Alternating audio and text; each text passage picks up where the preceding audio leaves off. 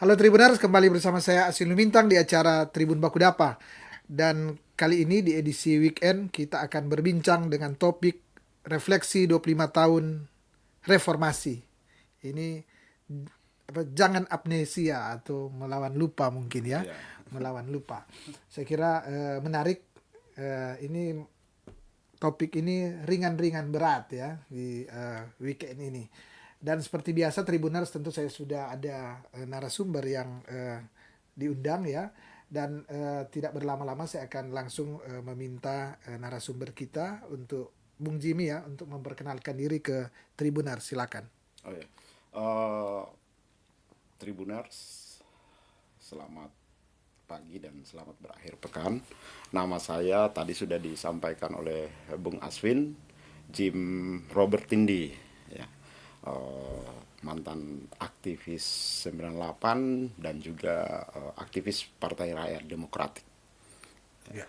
Aktivis tidak pernah mantan Ya, katanya. Tetap hanya era yang apa? ya, Cara merefleksikannya yang berbeda mungkin benar, ya. ya. Ya. Dan Tribuners langsung ya saya akan mengajak Bung Jimmy untuk bincang-bincang terkait dengan refleksi 25 tahun reformasi. Bung Jim, 25 tahun. Ya, 25 tahun lalu orang nada bilang so tua atau orang ini dia iya, ya, ya. Umur-umurnya. Tapi Bung Jim kalau kita merefleksikan kembali atau kayak katakanlah romantisme 25 tahun lalu ya. Dan itu juga bagian dari penentu bangsa ini ya di tahun 98 ya. iya, Dan Bung Jimmy salah satu yang boleh dikata pelaku sejarah saat itu. iya, Pelaku sejarah dan mungkin yang usia-usia saya ya hanya mendengar ketika ada demo Bung Jimmy ya. iya. Saya ingin mengetahui ya di sesi ini ya, dan mungkin ada teman-teman kita yang masih lebih muda.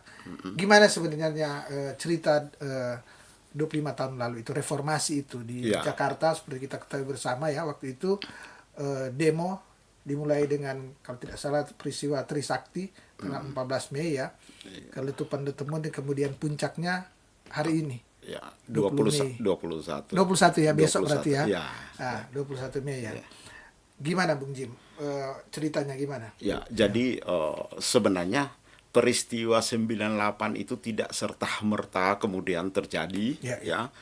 Eh 98 itu hanya akumulasi dari gerakan. Ada rangkaiannya ya. Rangkaian, iya, dimulai dari awal 90-an dan saya memulai menjadi seorang aktivis sejak 92 ya. Wow, sudah Ya, kebetulan dengan beberapa teman termasuk Bung Beni Ramdhani mendirikan forum diskusi anak bangsa, Ya, kemudian Bung Romi Fibri ya yang sekarang kepala Badan Sensor Film Nasional.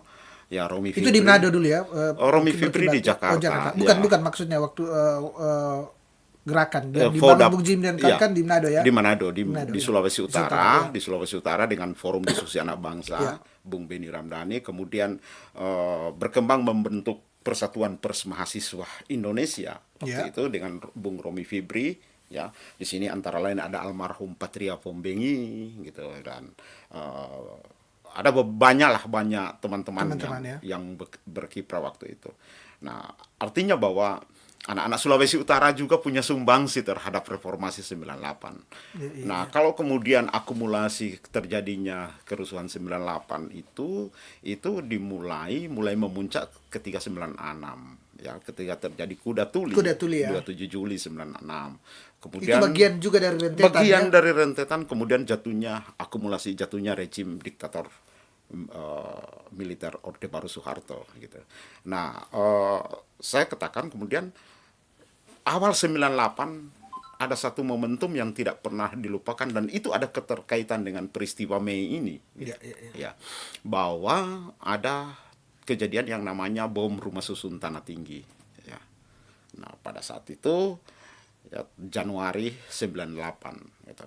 Nah, dari peristiwa-peristiwa itu kemudian akumulasinya memuncak sampai terjadi peristiwa penembakan Trisakti dan terjadi masa kelam kejadian yang sangat memilukan bangsa ini adalah terjadi kerusuhan rasial di Jakarta. Jakarta ya, besar-besaran ya. Sangat besar-besaran, terjadi Iya, iya. pemerkosaan, pembunuhan, Terhadap pembakaran, terhadap etnis tertentu waktu itu juga ya. terhadap etnis tertentu yang kemudian ditenggarai itu tidak serta-merta terjadi begitu saja. Iya, bukan spontan seperti Bukan spontan kemarahan rakyat, Ada yang tetapi mendesain, ya. ada yang memobilisasi gerakan-gerakan seperti itu. Gitu. Nah ini kemudian terjadi penculikan kawan-kawan, ya, kawan-kawan aktivis, ada yang dibebaskan, dan ada yang sampai sekarang kita tidak ketahui di mana. Kalau meninggal di mana kuburannya, ya kalau belum tolong tunjukkan di mana, ya kami ingin bertemu dengan teman-teman ini, gitu. Ya. Jadi memang ya suka dukanya banyak. Di Sulawesi Utara sendiri itu banyak aktivis-aktivis, ya saya pikir teman-teman aktivis yang ya pada saat itu tidak pernah memperhitungkan apa yang harus dilakukan. Tidak ada orientasi. Tekad waktu itu apa? Keinginan waktu itu hanya apa? Sebenarnya dream waktu itu apa waktu itu? Tekad kita waktu itu tidak hanya semata-mata untuk menjatuhkan rejim Soeharto, tetapi tekad kita waktu itu adalah bagaimana memperbaharui sistem, antara lain 5 paket undang-undang politik, waktu kemudian dwi fungsi ABRI, gitu. Itu yang kemudian menjadi tekad kita untuk melakukan perubahan. Termasuk NKKBKK, normalisasi kehidupan kampus dan birokrasi kehidupan kampus waktu itu. Itu menjadi tuntutan kita. Dan ini sangat masif. Dan musuh kita, musuh mahasiswa pada saat itu adalah hanya satu, yaitu kekuasaan yang menindas ini, ya rejim Orde Baru Soeharto ini. Itu ya. Ya, musuh itu menjadi musuh bersama. Dan platform semua gerakan perjuangan itu sama. Ya, kita menyatukan baik berbagai organisasi, baik itu Cipayung maupun yang lain-lain, itu semua sama. Sehingga kita disatukan pada satu isu. Satu isu, tidak terjadi polarisasi. Namun ya berjalan seiringnya proses reformasi setelah Mei, ya kemudian ada elit-elit politik yang kemudian membonceng dengan kemudian yang menggeser dari tujuan reformasi total menjadi reformasi damai, gitu. Nah, ya kita tahulah kemudian siapa elit-elit yang mengatakan Bapak reformasi pada saat itu, yang kemudian memindahkan arah perjuangan mahasiswa kita pada saat itu. Bung Jim, ini menarik ya, bahwa yang pasti sejarah telah ditorehkan waktu itu ya, dan reformasi 98 bagian dari sejarah perjuangan bangsa. Di saat itu Tribuners tentu dipertaruhkan juga republik ini ya. Artinya republik ini ada sampai hari ini karena ada tonggak sejarah itu. Benar. Ada kurang lebihnya sampai hari ini ya. Itu yang ini dikatakan refleksi ya. Kurang lebihnya tentu kita bersyukur bahwa ada momen itu. Ada momen itu, bahwa ketika dia jalan banyak kurangnya, itu yang ingin mungkin ya Bung Jim, gimana ini Bung? Bung Jim ini kan terlibat dari awal, tadi dikatakan tadi dari tahun 92 sebagai aktivis ya, kemudian terlibat, saya tahu juga kemudian tahun 99 kita multipartai, Bung Jimmy coba masuk dengan PRD-nya ya, untuk berjuang di parlemen ya, tentu karena berjuang di luar parlemen sulit ya, waktu itu harus masuk, memang harus masuk. Dan terlibat saya kira di pemilu-pemilu awal dan kemudian ini gimana Bung Jim setelah itu ya, ada pemilu, ada tekad ya, dan ternyata tidak mudah memang. Anak-anak muda waktu itu tidak mudah untuk sekedar masuk di parlemen saja sulit, karena waktu itu saya tahu memang kekuatan-kekuatan lama dengan tentu dengan uang yang banyak, dengan segala macam kekuatan, tidak mudah dilawan tentu. Gimana sebenarnya kemudian panjang sehingga sampai hari ini ya. Jadi saya merupakan di Sulawesi Utara adalah salah satu katakanlah panitia pemilihan daerah pada saat itu, ya atau katakan sekarang KPU, ya. Bersama Om Fritz mungkin. Om Fritz, ketuanya adalah almarhum Kolonel Fritz Sumampo, termasuk kawan Abit Takalemingan dan banyak di situ. 39 partai ya berapa? 48 partai. Ya. Jadi kita pemilu pertama, multi partai pertama ya tahun 99 itu. 99 itu. Dan kita adalah penyelenggara. Itu sudah pilsung ya, belum? Belum ya, masih belum ya. Iya, artinya pemilunya multi partai ya, tapi sistemnya masih proporsional tertutup. Gitu. Pada saat itu. Tapi ada beberapa undang-undang yang kemudian undang-undang partai politik yang atau undang-undang kepemiluan, antara lain mengenai waktu itu kita diperkenalkan dengan undang-undang tentang Stambus Accord. Ya, undang-undang Stambus Accord ini ya katanya ditiru dari lah, ya, itu tentang penggabungan beberapa partai politik untuk memperoleh satu kursi. Ya. Ya, jadi ya sekali lagi saya katakan bahwa gerakan mahasiswa di Indonesia itu hampir bernasib sama. Ya, katakanlah gerakan mahasiswa mulai dari gerakan mahasiswa 65, 74, ya, 74, melari, gerakan mahasiswa 98, nasibnya hampir sama. Ya. Kemudian ketika ini berjalan terjadi polarisasi gerakan. Nah, saya katakan di awal tadi bahwa terjadi penyimpangan dari tujuan reformasi total itu menjadi reformasi damai. Di sini asal muasalnya. Disinilah penyebabnya bagaimana kemunduran terjadi. Ya, sehingga terjadi beberapa tawar menawar dalam. Kan katanya sebenarnya revolusi, tapi katanya waktu itu kan kalau revolusi ini berdarah ini bisa berdarah. Jadi reformasi, kemudian dikatakan waktu itu reformasi apa? Damai ya. Kita menginginkan waktu itu adalah reformasi total, yaitu sampai pada persoalan peradilan terhadap Soeharto.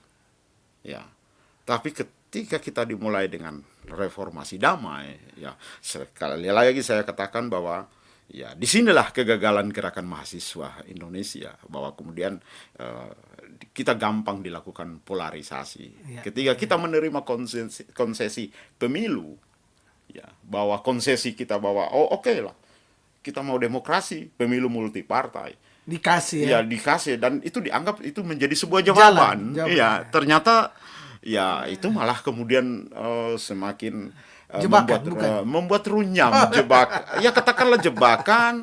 Ada beberapa kawan-kawan yang kemudian tertarik mengikuti parlemen dan ya nasibnya seperti sekarang. Sehingga 15 tahun reformasi saya pernah membuat sebuah catatan bahwa reformasi di simpang jalan, ya, bahwa entah kita mau kemana. Nah, ini penting untuk kita selalu merefleksikan bahwa reformasi tidak hanya sekedar untuk kita gagah-gagahan untuk menjatuhkan rejim Soeharto, tetapi esensi dasar untuk bagaimana memperbaiki bangsa ini, itu yang paling penting sebenarnya yang kita lakukan. Nah, kalau kemudian kita dapat bonus untuk menjadi anak muda atau gerakan mahasiswa menjadi anggota parlemen atau maupun di eksekutif, itu adalah bonus demokrasi yang kita terima. Nah, artinya bahwa ini adalah bonus kita ya untuk memperjuangkan itu, dan itu harus dijaga. Tapi kondisinya Bung Aswin tahu kita terpolarisasi, apalagi ketika kita menghadapi suksesi nasional.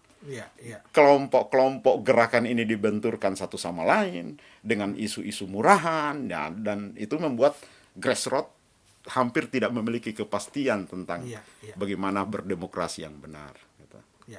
Bung Jimmy, 25 tahun ya setelah reformasi, dan kita sudah berapa, 5 kali atau tidak 5 kali atau 6 kali melakukan pemilihan langsung. Sekitar 4-5 kali ya. 5 kali melakukan pilsum.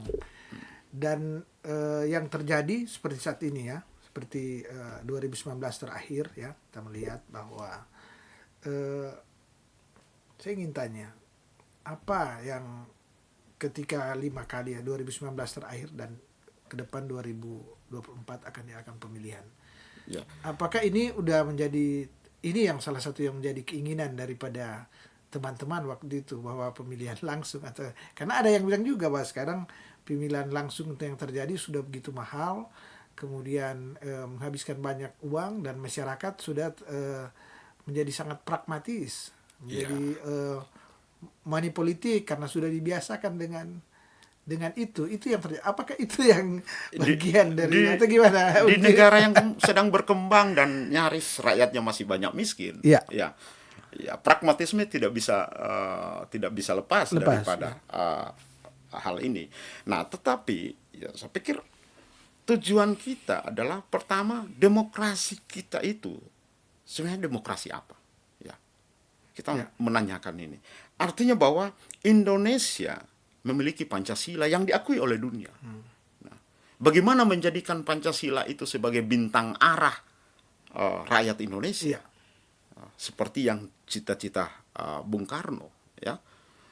Artinya tidak terletak pada persoalan dipilih langsung atau tidak langsung, ya. Tetapi bagaimana kita menjalankan sistem demokrasi Pancasila itu.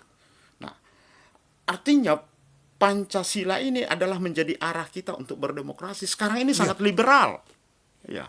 Dan ya saya mau katakan bahwa benar bahwa permusyawaratan yang dipimpin oleh hikmat kebijaksanaan, ya, itu harus menjadi menjadi roh dalam kita berdemokrasi. Ya. Saya tidak mempersoalkan dipilih langsung atau tidak. Tetapi apakah kemudian itu sudah sesuai menjawab tentang nilai-nilai demokrasi Pancasila?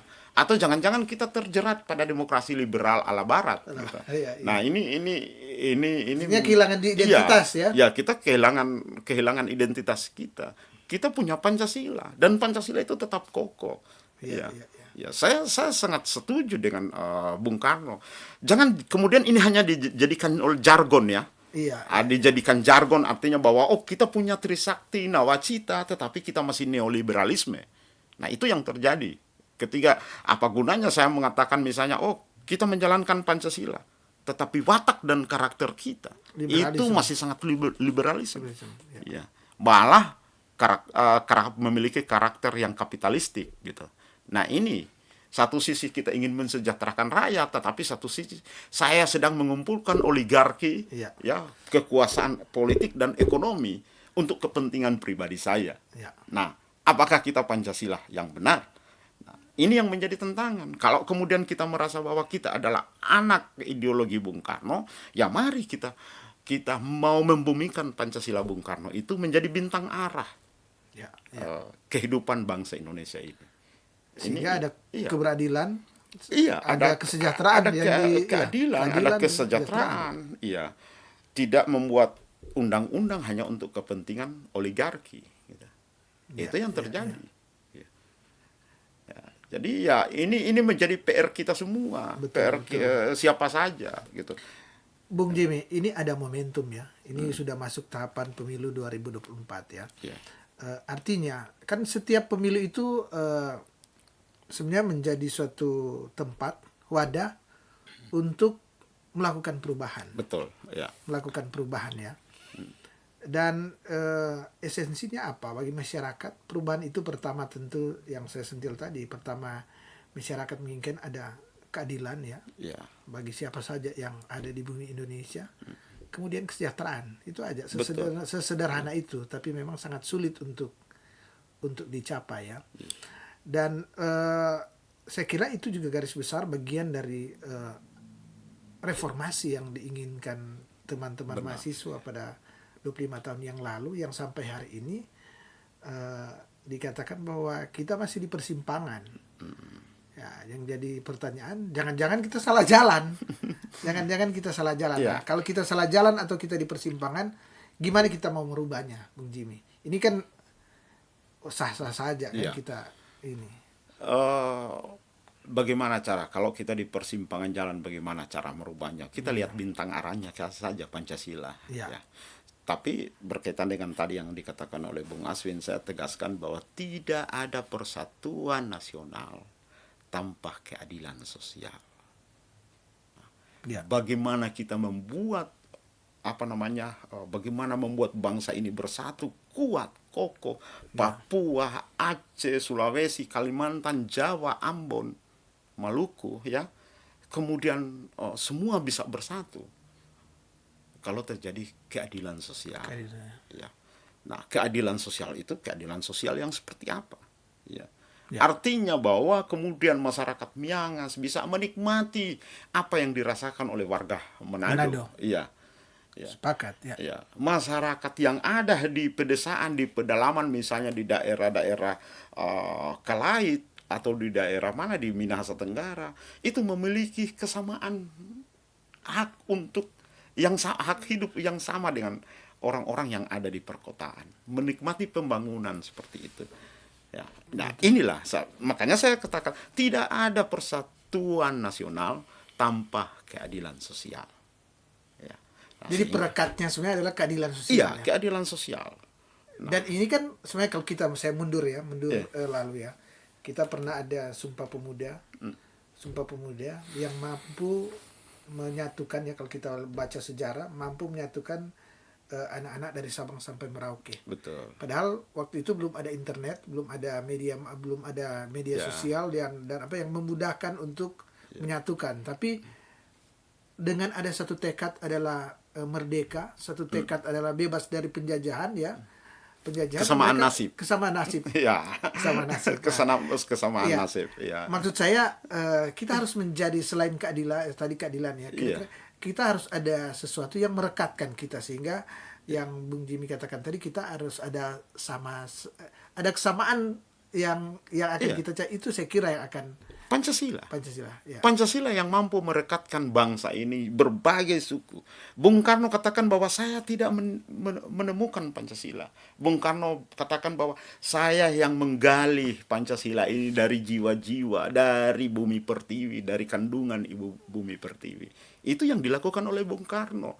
Artinya bahwa nilai-nilai Pancasila itu ada dalam kehidupan masyarakat Kalimantan, ada dalam kehidupan masyarakat Minahasa, masyarakat Papua, Jawa, Sumatera, itu ada. Nah, bagaimana cara kita menggalinya, gitu. Nah, inilah yang kemudian perlu dipahami oleh semua pemimpin bangsa, semua elit politik yang ada. Ya. Jadi jangan hanya semata-mata untuk bagaimana meraih sebuah kekuasaan. Nah, sehingga tadi selalu saya katakan, kenapa kemudian sekarang aktivis 98 bicara tentang 25 tahun, ya, ulang tahun perak, kita jangan amnesia. Artinya jangan lagi bawa bangsa ini pada jurang degradasi yang sangat dalam. Gitu. Memilih pemimpin, suksesi nasional tidak akan lama lagi. Ya tentunya kita harus memilih orang-orang yang tidak memiliki masa lalu yang sangat kelam. Gitu. Jadi ya mengingatkan kita untuk tidak amnesia. Ya. Bung Jim, ini merefleksi ya, tadi sudah banyak bercerita terkait dengan gimana awalnya ya 98, kemudian apa yang terjadi, dari tidak rinci ya karena waktu, tapi paling tidak ini menggambarkan ke Tribuners ya, bahwa dari perspektif Bung Jimmy ini sebenarnya yang terjadi ya. Bahkan sudah menyentil juga apa yang menjadi titik persoalannya, apa yang menjadi persoalan. Yang ingin saya mungkin tanyakan di terakhir ya dari ini kita kan sudah ada ke depan ada pemilihan, ada pilpres ya, ada pilpres, ada pemilihan legislatif secara bersama-sama. Kemudian setelah itu ada pilkada. Dan itu bagian dari implementasi dari apa yang kita sebutkan tadi. Ya. Kita bicara euforia, utopia, tapi realisasinya kan di yang saya sebutkan tadi. Kira-kira apa yang diharapkan ya oleh Bung Jimmy selaku aktivis ya terkait dengan kepemimpinan bangsa, karena Jokowi akan menyelesaikan sehingga akan ada ini ya. Ya saya kira kita wajib memberikan saran atau apalah. Nah, gimana? Iya. Ya itu saya menyampaikan sebagai seorang aktivis 98 ya. Saya hanya mengingatkan kepada masyarakat saja, kepada rakyat pemilih, untuk bagaimana kriteria memilih pemimpin Ya. nasional. Saya pikir satu, tidak memiliki masa lalu yang sangat kelam. Artinya bahwa bangsa ini sudah cukup. Air mata rakyat Indonesia sudah cukup menangis untuk melihat darah yang bergelimang di Republik ini. Ya. Darah anak bangsa yang kemudian tidak bersalah, ya kemudian menjadi menjadi taruhan untuk sebuah demokrasi. Ini sangat mahal, gitu. Sehingga ya saya katakan bahwa kita jangan amnesia, ya. Ya. Kita harus memilih pemimpin yang betul-betul tangannya tidak pernah berlumuran darah, apalagi darah anak bangsa Ya. yang ada di Republik ini. Ya, ya saya bicara sebagai seorang aktivis, 98 yang kemudian merasakan bagaimana pahitnya saat itu. Bagaimana kita sangat terkekang saat itu. Bagaimana kita harus diperhadapkan dengan PAM Swakarsa waktu itu. Ya. Siapa? Kan kita tahu siapa yang kemudian memobilisasi itu. Siapa yang melakukan penjarahan, siapa yang melakukan pemerkosaan. Artinya ini sejarah kelam yang Iya, diharapkan tidak bisa berulang ya. jangan berulang. Jangan berulang. Iya. Jangan berulang. Kita hentikan sampai di sini sajalah. Iya. Dengan memilih seorang pemimpin yang mampu, yang tidak memiliki sejarah kelam seperti itu. Dan dia ingin melihat ke depan bangsa ini seperti apa. Ya. Sekurang-kurangnya orang yang seperti Bung Karno yang mampu melihat bagaimana bangsa ini dibawa kemana. Dan kita harus mampu berdiri di tengah negara-negara dunia bahwa kita punya Pancasila, kita punya bintang arah. Ya. Ideologi alternatif bagi seluruh bangsa ini. Pancasila kita perlu tawarkan ke seluruh dunia bahwa inilah ideologi paling tepat untuk kita, untuk seluruh dunia lakukan. Bagaimana menciptakan perdamaian dunia. Jadi Indonesia untuk dunia. Indonesia untuk dunia. Ya, Pancasila. Iya. Betul. Bung Jim, banyak hal ya yang bisa kita perbincangkan lagi, tapi waktu juga yang membatasi akan bincang-bincang ini. Saya pikir ya kalau mau bicara secara detail sangat panjang ya. Sangat panjang Bung Jim. Iya. Tapi di podcast ini ya memang hanya sekedar memberi pengingat ya Bung Jim, pengingat kepada kita bahwa pernah ada sejarah reformasi di negara ini, dan sampai hari ini pelaku-pelaku sejarah masih ada, salah satu Bung Jimmy, dan tadi sudah diakui bahwa jalannya belum sempurna seperti yang diharapkan. Betul. Tapi tentu kita tidak akan pernah menyerah untuk kita mencapai dengan tujuan perbaikan ya. Karena kalau menyerah selesai. Jadi terus tentu dengan kan hari-hari ini kawan-kawan tentu dengan berbagai profesi, karena tentu tidak bisa jadi mahasiswa terus, dan arah perjuangan ada yang sudah masuk di sistem. Ya diingatkan kalau sudah masuk di sistem tentu jangan enak-enak, lihat tuh, ingat. Betul. 25 tahun lalu ada yang wartawan, ada yang wartawan ya, ada yang jadi ini pengingat ya. Pengingat kalau ada yang sudah di kursi yang so enak, mungkin jangan amnesia. Kalau masih susah, ya saya kira memang dari dulu susah. Jadi tetap semangat.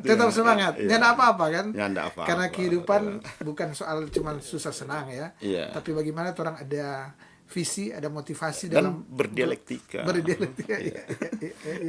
Dan Tribuner seperti biasa ya, sebelum saya tutup bincang-bincang ini, saya berikan kesempatan ke Bung Jim ada closing statement ya.